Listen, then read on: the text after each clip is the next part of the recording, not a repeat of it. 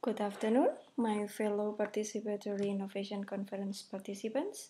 My name is Ellya from ITS Surabaya, Indonesia. I'm pleased that I have a chance to share my thought with you today about reframing participatory innovation in a collaboration with rural craftspeople. I will begin this presentation by reviewing the theory of participatory innovation approach proposed by Burr and Matthews in 2008. They review three approaches of pursuing innovation, which are lead user approach, design anthropology, and participatory design. They found that each approach has its strength and weakness. So they propose a concept of participatory innovation by integrating participatory design and design anthropology towards a market orientation. An anthropological approach will be valuable in providing a comprehensive understanding of users and context of use, while the participatory design approach enables collaboration among stakeholders in the project to produce novel ideas of a product. Last, in order to gain commercial success towards a market, the adaptation of lead user approach can be applied. However, participatory innovation approach proposed by Burr and Matthew is originated in the context of a company in developed country aimed at developing a novel product for controlling a wastewater treatment process. The aim of the project was to investigate opportunities for novel products to control wastewater treatment process and conceptualizing opportunities for new technology. In this presentation, we propose that participatory innovation is also a promising approach to be applied in the rural craft industry in developing countries. However, there must be significant differences between the water treatment company and the rural craft context according to its purpose of innovation. There are two significant differences in comparing the context of wastewater treatment project and the rural craft industry. First, rural community has a unique social value. Second, craft is an emotional-based hedonic product, not a utilitarian-based product. In order to understand the social value of rural people, we can see that rural people have an in-group or collectivist value.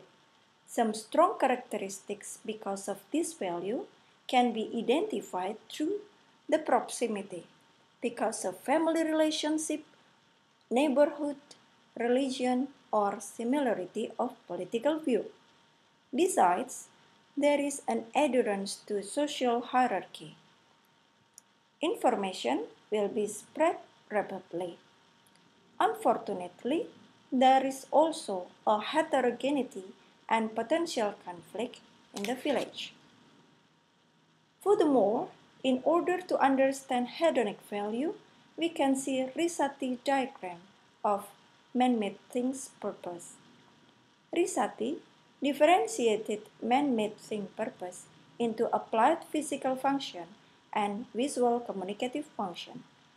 Products with functional means are products for helping humans in making other products, such as tools, machines, and equipment. We call them as products with utilitarian value. Products with functional ends are not intended to make other products, but must be fit to human body, such as containers, covers, and supports. Besides, there are products to express a concept or a thought, such as painting and sculpture. Furthermore, there are products to promote something, such as commercial arts. Interestingly, between those functions, there are products with adornment or decoration.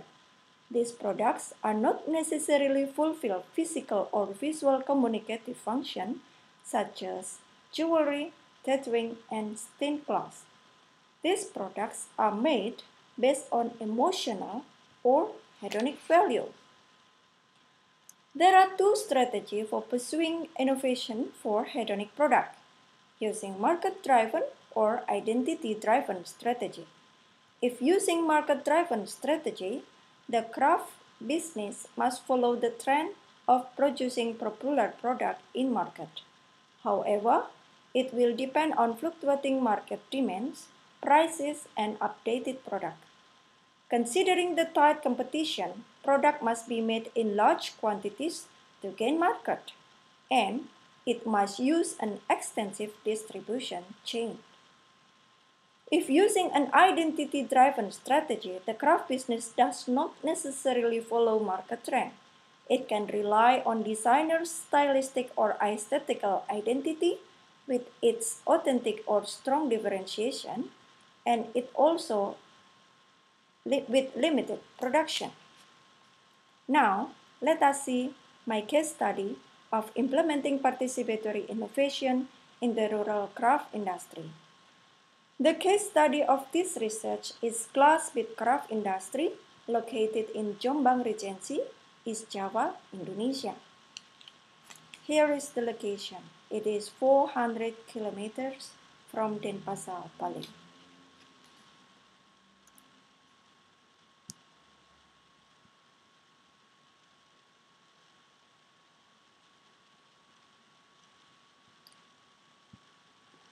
Craftspeople treated waste glass into beads using simple technology. Consists of a self-modified stove for melting waste glass, shaping melting glass into glass sticks, and forming glass sticks into a bead. All works of shaping and coloring beads were done on stove. This industry reached its peak in 2000s, when there were 1,000 of villagers work in the glass bead craft industry.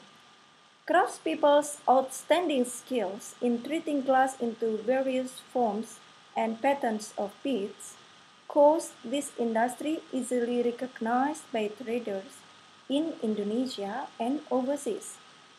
Craftspeople got orders from Kalimantan, Bali, Italy, Japan, Australia, England, US, and many more.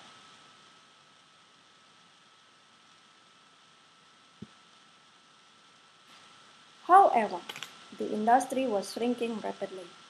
Only a decade after its peak, orders were decreased significantly, causing many craftspeople face difficulties on surviving their business. By early 2010, there were only 100 craftspeople still running the industry, while the others were looking for other jobs. There are some difficulties faced by craftspeople. The global economic crisis in 2007 and 2008, the passing trend of beads as interior ornament or jewelry, the coming of cheaper imported beads, as well as craftspeople limitation in developing design and managing business, led to the decreasing number of craft industry. Considering that situation, there are advisory programs for the craft industry, such as short-term training, marketing support, study excursion, and gift funding. Despite efforts to improve the business performance of the craft industry, the programs were not necessarily effective. Primarily because programs were mainly decided and designed by a government agency or outsiders. Outsiders usually considered more expert than participants. So, sometimes it seemed that they overlooked the craftspeople's self-help potential, and craftspeople joined the program merely because of the incentive provided or being forced by their fellows. By that background, we use a participatory innovation approach to give an assistance for the craft industry. We use design anthropology, participatory design towards a market orientation.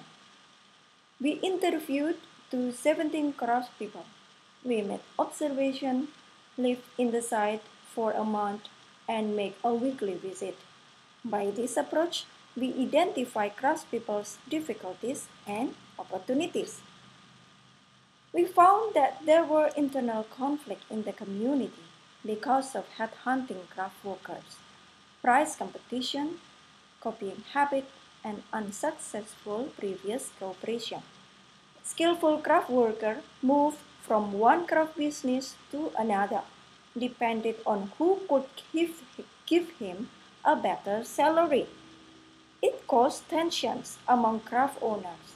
When a smart craft worker moved to other craft business, any secret information about design and market would spread easily to other craft business.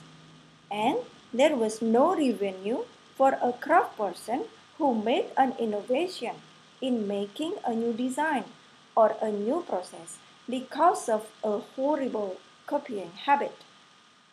The limited capability of human resources and tools, availability of material, and lower bargaining position in relation to the trader, designer, and buyer worsened the situation. So, we try to find ways in assisting craftspeople. Next, we made a participatory design project. The participatory design project aims at understanding craftspeople's attitude toward craft business and finding ways to pursue innovation by developing new craft design while increasing the self-determination of the craftspeople. In this stage, the researcher facilitated craftspeople to collaborate with 4 design students and 2 professional designers to develop new innovative craft products. An example of the collaboration was between, just call him MK, and design student. MK was among rare craftsmen in the area who had an ability to make a big bead. Making a big bead is difficult because it needs long hours of treating bead on stove continuously. The process must be done carefully, otherwise the bead will crack easily. The bigger the bead is, the easier to crack. At first, MK and design students saw any possibilities to create a big size bead. Later, MK decided to make a pen holder with a pattern on it. He made it 3 hours on stove continuously in his workshop. Design students did not involve much in this making process. The professional designer saw that the pattern was attractive and highly potential to be a success in the market. However, the proportion and ergonomics of the product was poor to be a pen holder. Besides, considering the difficult making process, the cost production must be very high. Therefore, the professional designer suggested to making an exclusive interior element such as a candle holder instead of a pen holder. So, the pattern of the collaboration is like this. We involve design students from local university. They work with craftspeople during initial exploration. But then, design student led craftspeople to decide what kind of product that he would make. Some craftspeople easily decided while the others had no idea. So, design student gave a suggestion. Senior designer was invited to the site for a day visit. Senior designers met craft people one by one in each of their workshops, then had a discussion among 3 parties: craftspeople, design student, and senior designer. After the discussion, craft people and design students refined the design. So, the involvement of professional designer in the collaboration was minimal, only by giving feedback during a day of the evaluation session. Despite the minimum involvement of the professional designer, their views of the product marketability increased the quality of design. Unlike the previous training program between the craftspeople and designers, in this collaboration, the craftspeople took the decision of the design concept. The design students mainly assisted craftspeople in providing design ideas and visualizing the design ideas rather than directing the final design. Based on the assumption that craftspeople's mastery about material and technique must be a potential for innovation, the role of designers here is foster the design capability of the craft person based on the interest of the craft person. By the end of the project, there was product diversification. Previously, waste glass bead was made into accessories, but in this project, waste glass was treated into various products such as napkin ring, bonsai, ornaments for mirror frame, puppet, candle holders, and candle holders. Two craftspeople interested in utilizing unused bead, while the other two craftspeople interested in material treatment. This collaboration reveals different attitude toward new design. Two craftspeople focused on finishing the project, not really enjoy the process of making it, and coincidentally these people are craft owners, while the other craftspeople keen making it on stuff, but they had difficulties in initiating a new design. Only a craft person keen to treat material and always has idea what is it for. So we call him a craft maker and craft designer. Those products were sold to market through craftspeople shop and temporary exhibition. Not all products were sold successfully in the market, mainly because it needs a better quality of product finishing. Napkin ring was sold 5,000 pieces in Bali, while 3 prototypes of bonsai beads were sold out during temporary exhibition. Despite the success of producing innovative products, the false fit work did not involve the broader community. The researcher attempted to reach a broader community in the village after realizing that the first field work only involving craftspeople in the circle of the head of the craft association. The researchers saw that the collaborative design learning process in the field work had a potential to be implemented in the whole community in the village. So, for that purpose, the researcher approached all community leaders in the village, then organized a regular community meeting weekly in 2 months. The project was first announced in a community event in the village. The researcher was supported by the village head in announcing the project. The project must be as inclusive as possible. Therefore, the researcher must ensure that all craftspeople got the information and invited to participate in the project voluntarily. There were discussions among craftspeople and the researcher during community meeting, ranging from problem to ideas in enhancing the industry.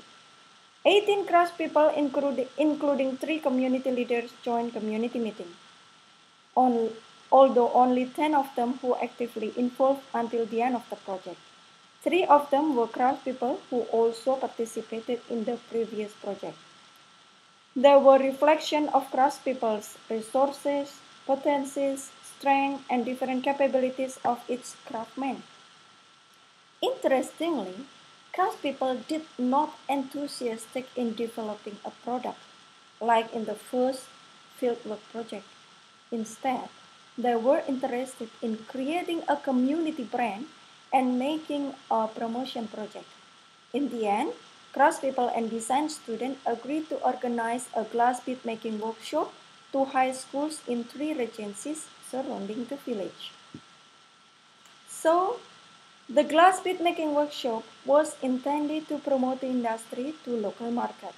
High school was chosen as a target of the workshop because high school students were considered as potential agents to spread the information about glass bead products to their relatives, friends, and network.